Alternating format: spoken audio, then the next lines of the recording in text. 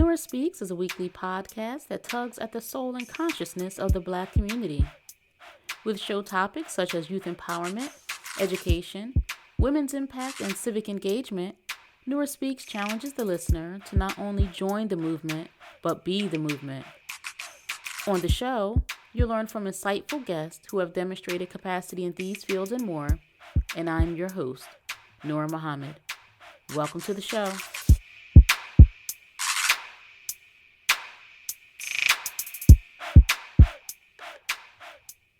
Welcome to episode 149 of the Nora Speaks podcast, and I am your host, Nora Muhammad. It is indeed a privilege and a pleasure to be with you for another episode, and I hope that you enjoyed the previous episode 148, with our beautiful sister, Colette Muhammad. I really enjoyed speaking with her, and if you have not listened to episode 148, I encourage you to go back and take a listen and hear what that sister has to share with us. She was a vibrant sister, energetic. She loves what she does. She's a natural teacher. And I believe that the information that she shared in that episode is definitely edifying for our community. And I want to share something with you today that I believe is also edifying to our community. But first, I will say, if you have not subscribed to the Nora Speaks podcast, I would encourage you to subscribe wherever you're listening to this. If it's on Spotify, if it is on Apple Podcast, if it's on Castbox, wherever you listen, I encourage you to subscribe. That way, one, you can get notifications whenever a new episode is published. It will be sent right to your device that you use to listen, and you can keep up with the conversation on the Nora Speaks podcast. And I additionally encourage you to leave a rating on iTunes or leave a comment. Many apps now allow you to leave a comment about the show.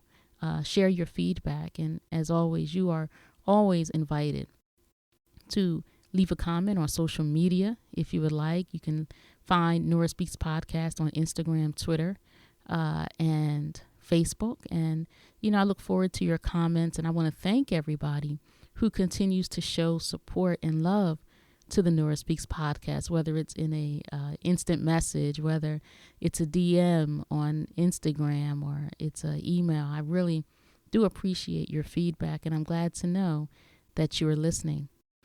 Now, I will tell you that I was very hesitant to record an episode specifically about Black History Month. It is February 2021. And, I see Black History Month really kind of becoming cliche. And I don't subscribe to the rhetorical language that is often used in describing or promoting Black History Month. I believe that as we take time to talk about the contributions and the experiences of Black people in America, I believe that is American history. I don't think that there necessitates a separate pullout where that is taught in schools, the history of Black people in America.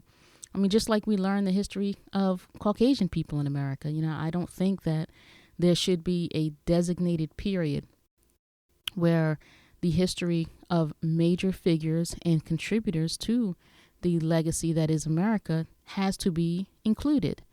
I think it's somewhat insulting that there would be a month that schools and educators take time to single out. And the reason why I say that is because they can opt in and they can opt out of including the experiences and the contributions of Black people in America. Now, I know why our good brother Carter G. Woodson thought it was necessary to begin Negro History Week all those years ago. And I do not disagree with his premise. The fact that we had a dearth of knowledge of our history definitely informs what we think or thought of ourselves, and definitely how we think of ourselves and how we act today. However, as it pertains to the American structure in general, I don't see in my my lifetime. I don't see the annual observation of African American History Month or Black History Month having what I think may be the intended benefits in the broader American society, nor with our people, I'll say.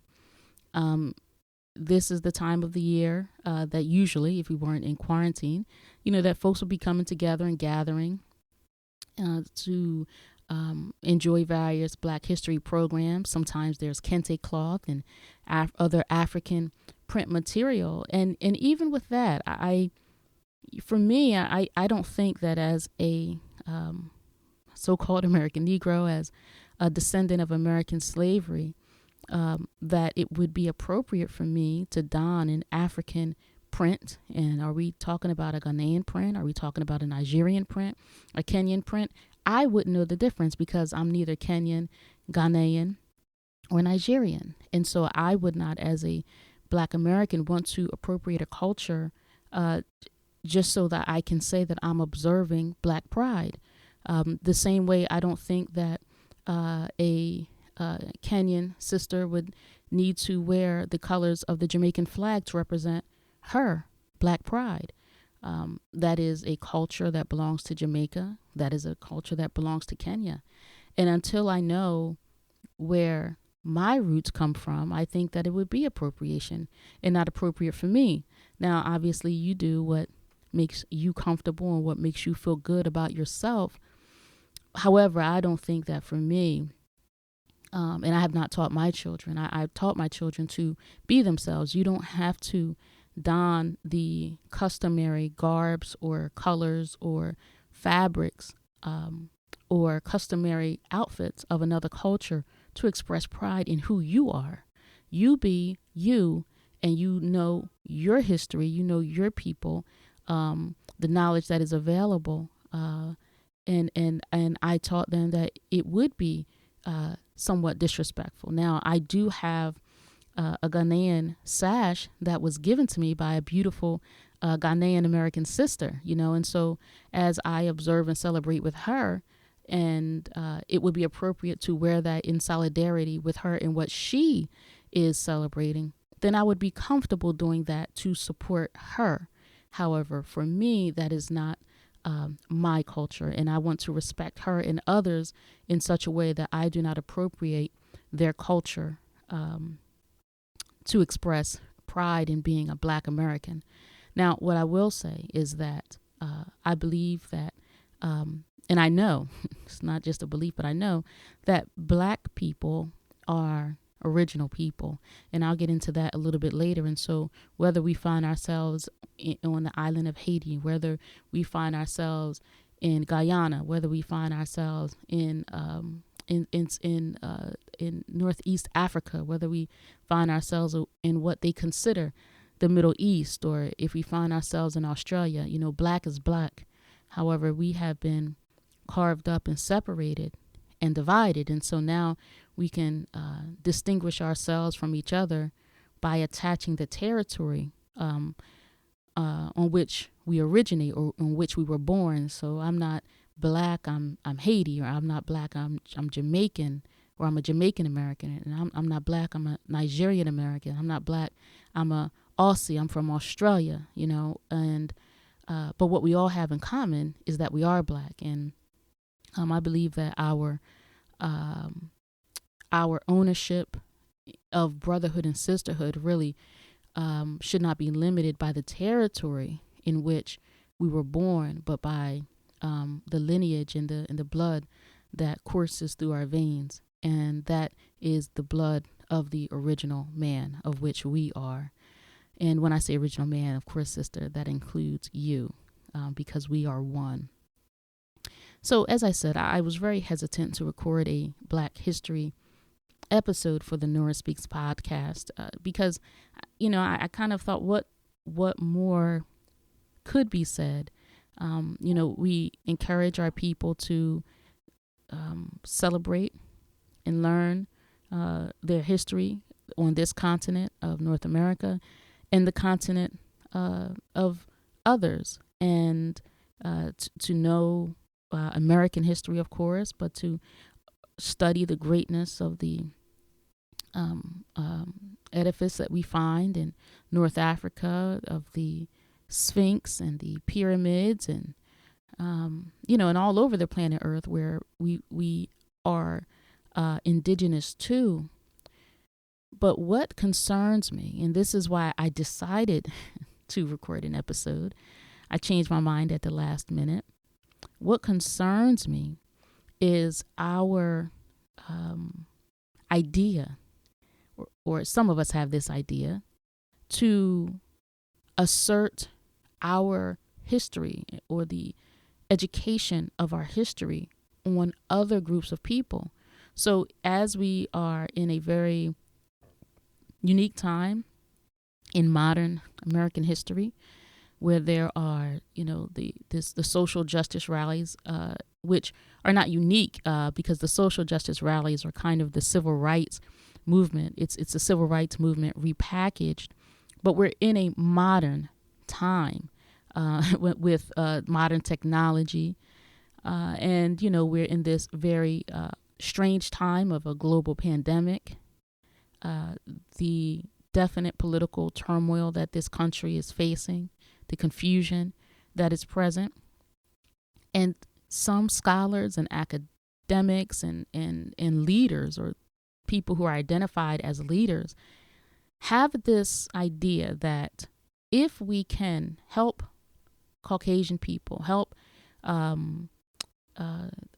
our former slave masters and their children understand our history, then they would be kinder to us. If they knew more about us, if they recognize the contributions that we made. And so we want to make sure that their children are learning about the contributions of Black people in this country. If we could only have a Black history curriculum that is part of the mainstream education, not an elective, but a requirement.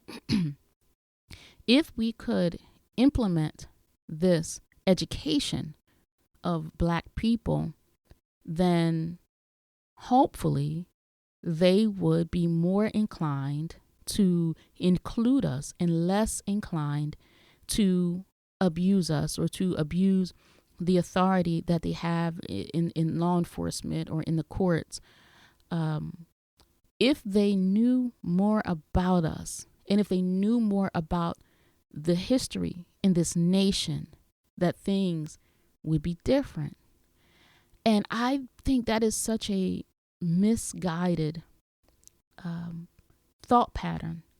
Now, knowing our history is not going to make them love us. What we have to do is we have to know our own history. However, so many of us don't know our history. When I was young and I was coming through elementary school, I learned about slavery, somewhat about slavery. I learned a little about Jim Crow. I learned a little about the civil rights movement. I learned about those figures like Dr. King and Rosa Parks, Nelson Mandela in South Africa, fighting for the civil rights of the Black Africans in South Africa. So, we learned this.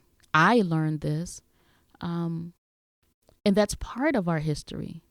And some will say, well, your people, they teach us this, our parents and our aunts and uncles, they say, your people, we come from kings and queens.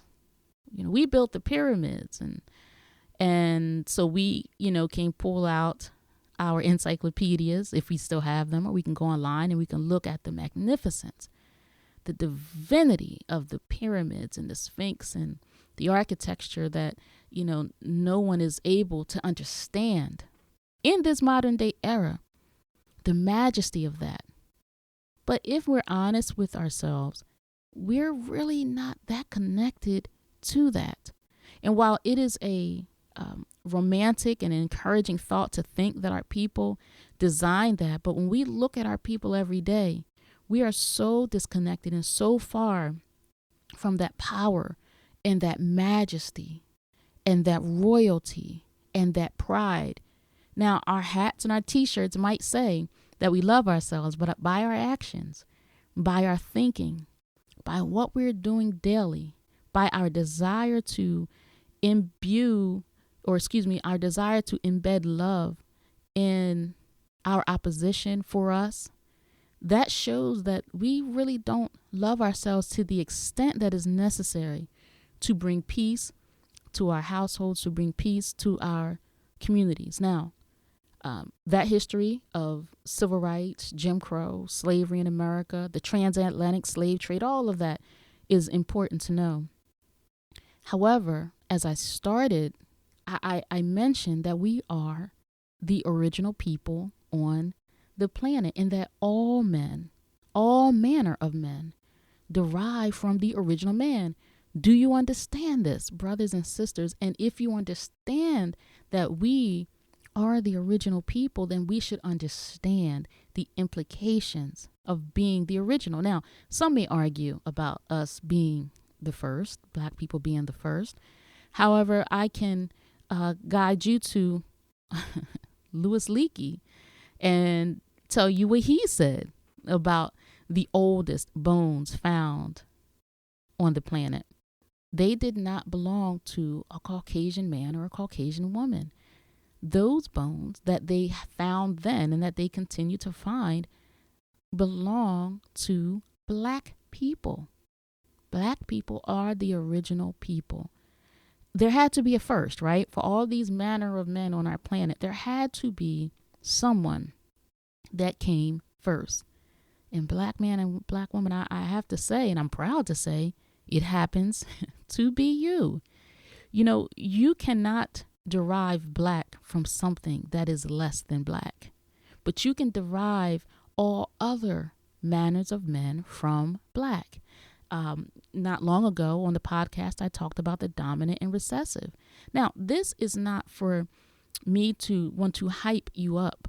I'm Black and I'm proud, and I want you to be proud of being Black. But this is not a hype message. I'm just striving to be informative. Black man and Black woman, there had to be a first, and you happen to be it. Now, teaching others that we were the first, teaching others about our great history, teaching others about the majesty of Black people in the past.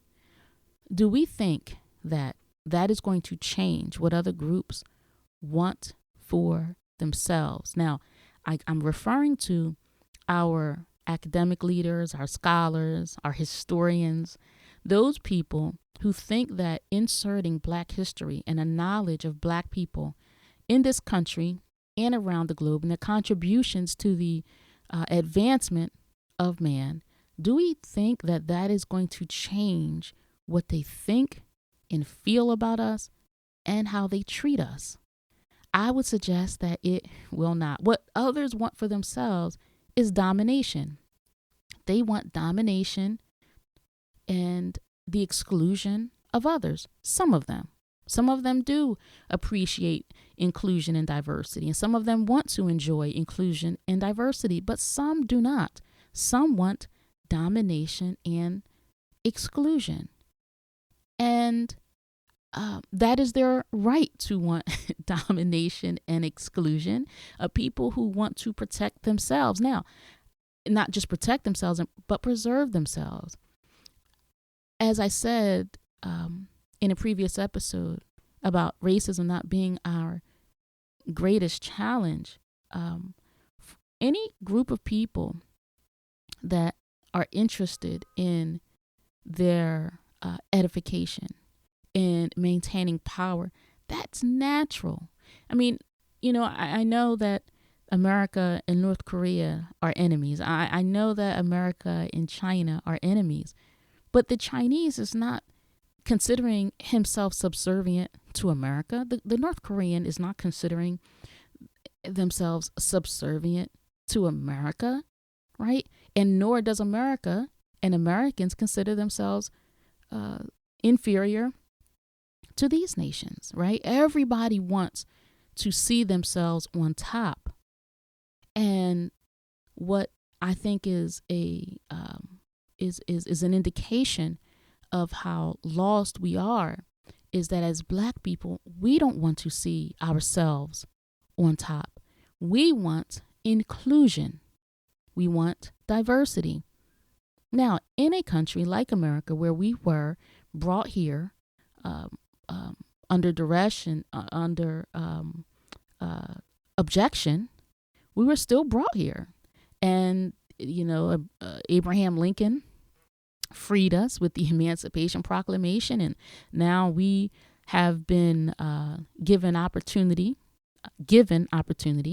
to vote, given opportunity to participate in some elements of society. These were rights that we were given.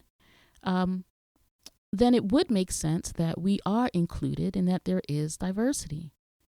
But consider the language that many of our so-called social justice activists are using.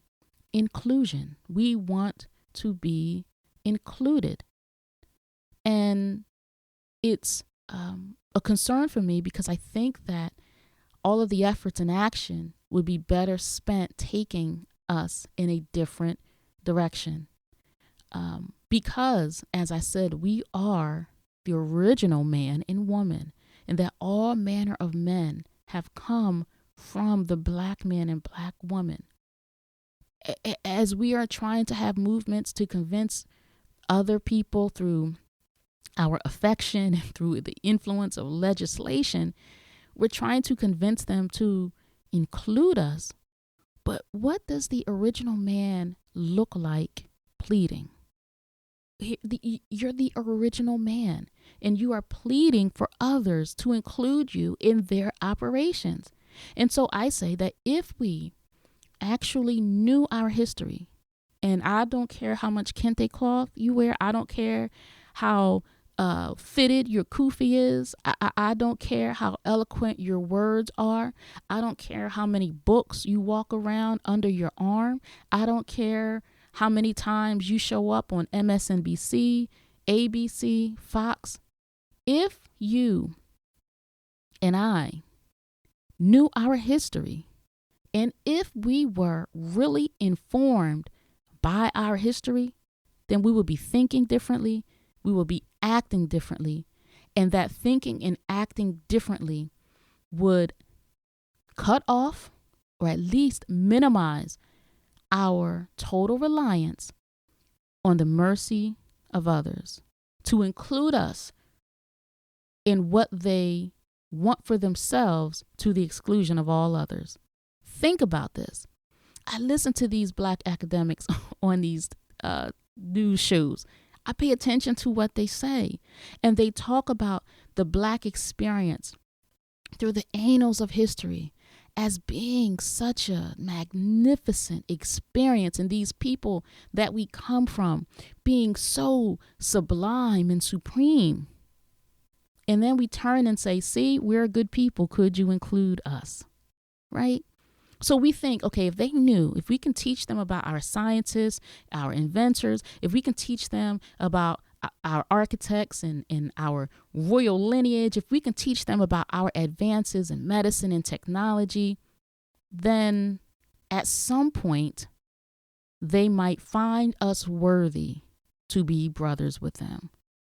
Well, have we considered that they already know this, and that in and of itself is the inherent threat that they may experience? That's the threat that they feel because of who we are?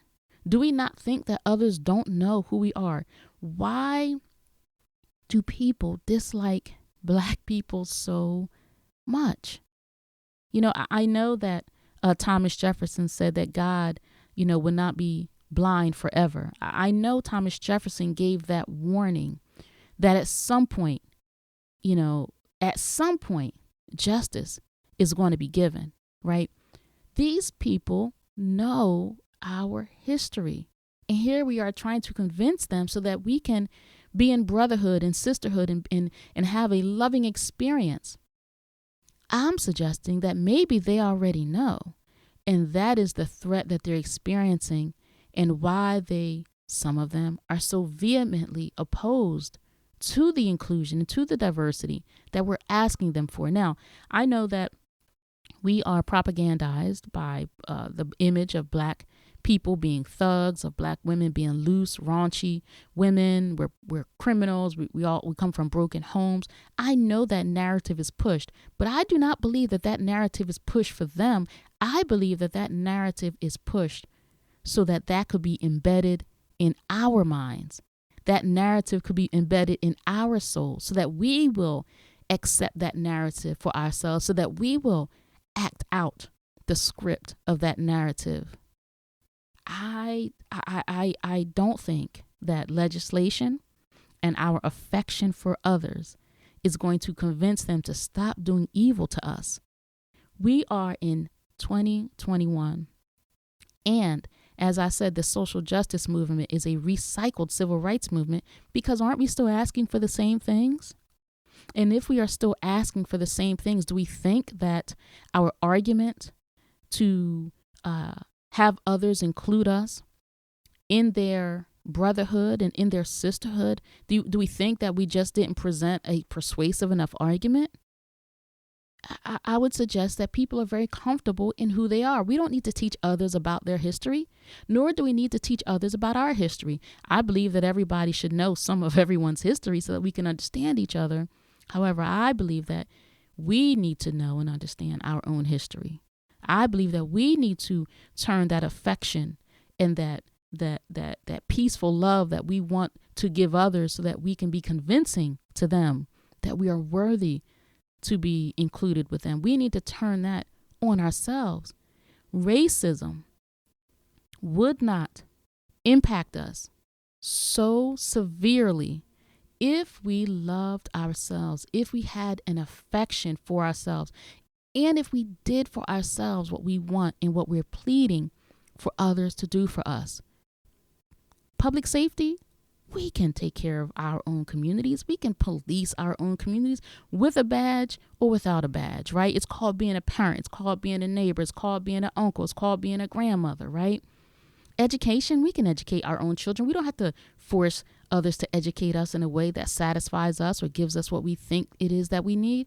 We have educators amongst our people. Look, they've let us go to college. They've given us education. They've shown us how we can operate in a classroom. Well, go take what you've learned in the skill, in the trade, in the knowledge that you have, and use it for yourselves. It's all that we're asking others to give to us. The inclusion that others are withholding from us. Why don't we take this knowledge of this magnificent history, this majestic history that we want others to learn and understand? Why don't we take it and be informed by it and do something for ourselves? That is my message for Black History Month.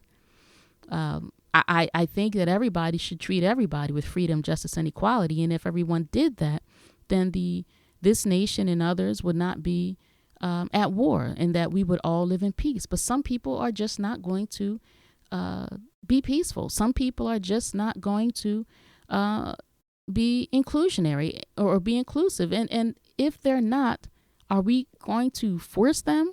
Do we think that our love is going to force them? I mean, we talk about Dr. King wanting to be brothers with others, and look what the others did to Dr. King.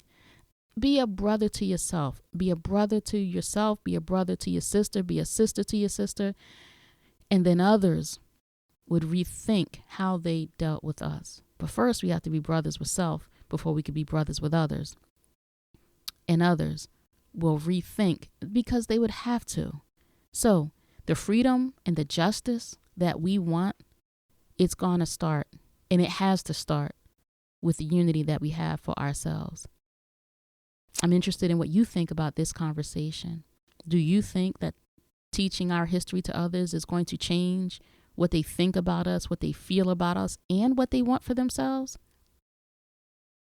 Or do you agree with me that we should be informed by the greatness of our own history and bear witness to it by doing great things ourselves? I'm interested. You can email me at nora@noraspeaks.com. That's nora@noraspeaks.com. Thank you for joining me in this episode of the Nora Speaks podcast. And until next time, stay in peace. Thank you for listening to another episode of the Nora Speaks podcast. Be on the lookout for a new episode coming at you fresh next week. And as always, if you want to learn more about me and the work that I do, visit my website, noramahammed.com. Or if you have a listener question, email me at info@noraspeaks.com. You can also follow the Nora Speaks podcast on Facebook, Instagram, and Twitter at Nora Speaks Podcast. I'll be sure to include links in the show notes. If this show has value to you, please subscribe, rate, and review, and share it with family and friends. And be sure to check out previous episodes. And remember, don't just join the movement, be the movement. Stay in peace.